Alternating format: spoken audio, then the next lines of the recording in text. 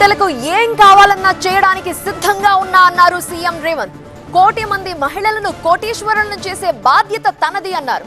2034 వరకు మీ ఆశీర్వాదంతో అధికారంలో ఉంటామన్నారు. మీకు అండగా ఉండే బాధ్యత నాది సీతక్కది అన్నారు రేవంత్ రెడ్డి. అందుకే ఇవాళ మా ఆడబిడ్డలకు మాట ఇస్తున్నా, మిమ్మల్ని కోటీశ్వరులను చేసే వరకు విశ్రమించేదే లేదు. మీకు ఏమి కావాలని చేయడానికి మీ సోదరుడు ముఖ్యమంత్రిగా తెలంగాణ రాష్ట్రంలో ఉన్నాడు.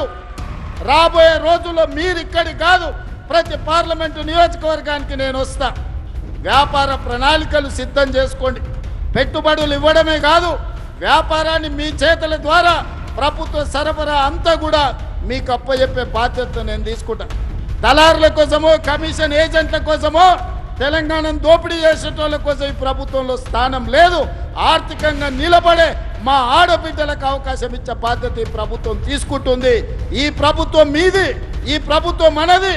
ఈ ప్రభుత్వంలో మహిళా శక్తికి చోటు ఉంది. 1 కోటి మంది మహిళల్ని కోటీశ్వరులు చేయడమే లక్ష్యంగా 2034 వరకు మీ ఆశీర్వాదంతో ఈ ప్రభుత్వాన్ని నడిపిస్తాం.